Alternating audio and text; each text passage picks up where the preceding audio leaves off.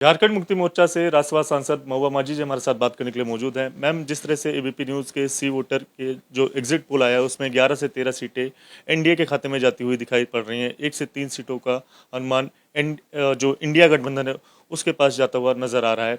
क्या कहना है आपका? देखिए, ये जो सर्वे हुए हैं, जो भी सैंपल लिए गए हैं, उस पर भी कई बार डाउट होता है कि ये सोशल मीडिया से ही ज़्यादातर जो सर्वे हुआ है। तो और भाजपा सबसे अमीर पार्टी है, उनकी सोशल मीडिया टीम सबसे ज़्यादा एक्टिव है और वो उनका इंटरेक्शन जनता से बहुत ज़्यादा होता है। तो जो भी वहाँ से निकल कर आएंगी बातें, तो उसमें मुझे लगता है कि उसमें दूसरे पार्टी के जो वोटर्स हैं उनकी बातें उतना आ नहीं पाएंगी, क्योंकि कई नेशनल चैनल्स में देख रहे हैं ना कि एआई की मदद से सर्वे हो रहा है, सैंपल लिए जा रहे हैं। तो इसलिए मैं कह रही हूँ, क्योंकि जो नेशनल चैनल्स मैं देख रही थी उसमें जो यूट्यूब चैनल्स हैं और उसमें काफ़ी अंतर दिख रहा है, क्योंकि यूट्यूब जो चैनल्स हैं उसमें कई वरिष्ठ पत्रकार हैं जो नेशनल चैनल से ही निकाले जाने के बाद अपना खोले हैं। तो दोनों में अंतर साफ दिख रहा है और हम लोग ग्राउंड लेवल पर काम करते हैं। जैसे मैं देख रही थी कि नेशनल चैनल्स में झारखंड के लिए पश्चिमी सिंहभूम का नाम नहीं लिया जा रहा है कि वो टक्कर में नहीं है, जबकि हम लोग जानते हैं कि वो बहुत अच्छी टक्कर में है, क्योंकि उस क्षेत्र में 5 विधायक हमारे हैं, हमारे जेएमएम के ही हैं। और वहाँ हमारी जो प्रत्याशी हैं महागठबंधन की, वो जेएमएम से हैं, जोबा मांझी जी। वो बहुत साल से विधायक रही, मंत्री रही और उनका बहुत अच्छा प्रभाव है। तो उस क्षेत्र को नेशनल चैनल से छोड़ ही दिया।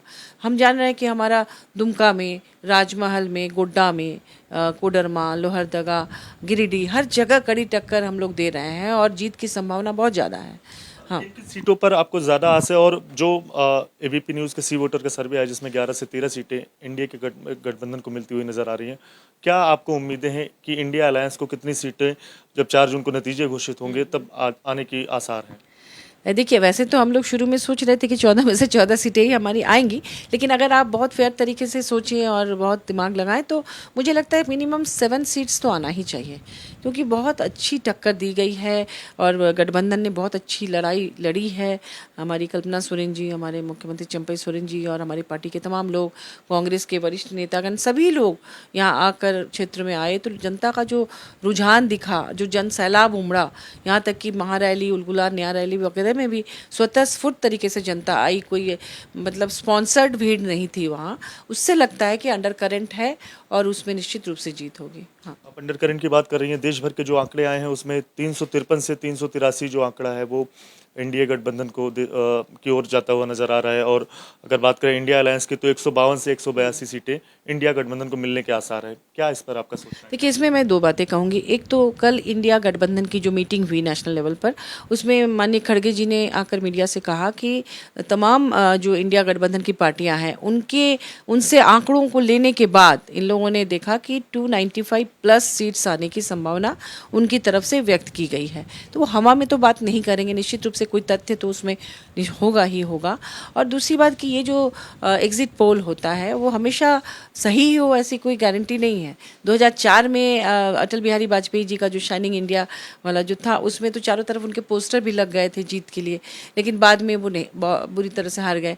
तो ये कहना बहुत मुश्किल है कि जनता क्या कर रही है। कई बार वो चुपचाप बहुत कुछ कर जाती है और जो भी वादे पिछली बीजेपी की सरकार ने 10 साल से किए थे, 15 लाख हर एक के अकाउंट में आना, 2 करोड़ को नौकरी मिलना, फिर जिस तरह से प्राइवेटाइजेशन हो रहा है हर जगह, सरकारी अधिकारी नौकर जो भी हैं वो सारे बहुत नाराज़ हैं। पुरानी पेंशन व्यवस्था ख़त्म कर दी गई है, फ़ौज की नौकरी को 4 साल के लिए कर दिया गया है। महिलाओं की सुरक्षा की बात है तो वो भी उसमें भी सफल नहीं है। गरीबी, ये सब बहुत सारे तथ्य हैं जिसके लिए लोग नाराज़ हैं और मुझे लगता है कि सिर्फ धर्म के नाम पर चुनाव जीतना उतना आसान नहीं होता है।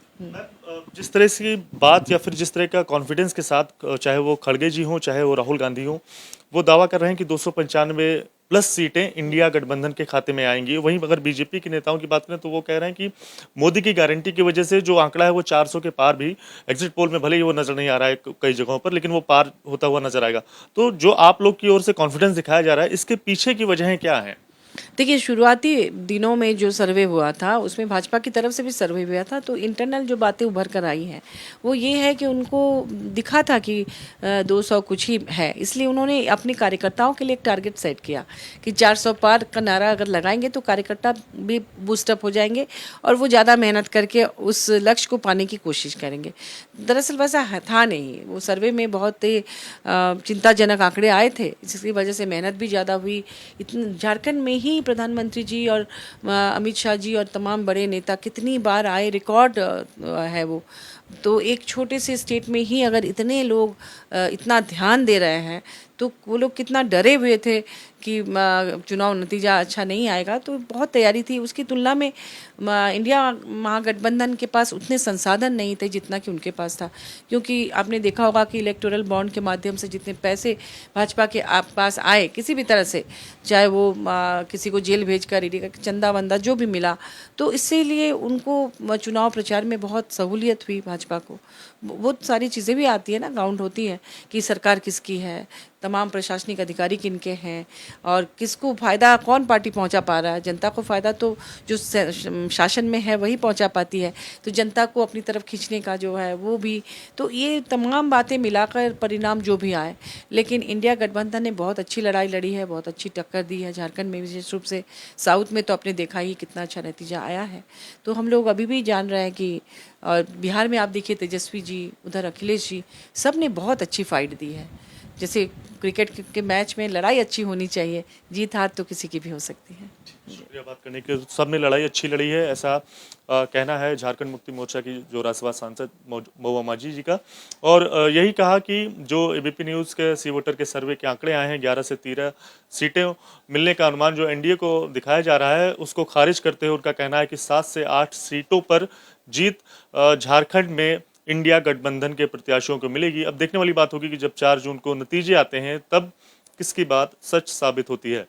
कैमरा पर्सन मनोज त्रिपाठी के साथ दिव्यांकर तिवारी, एबीपी न्यूज़, रांची।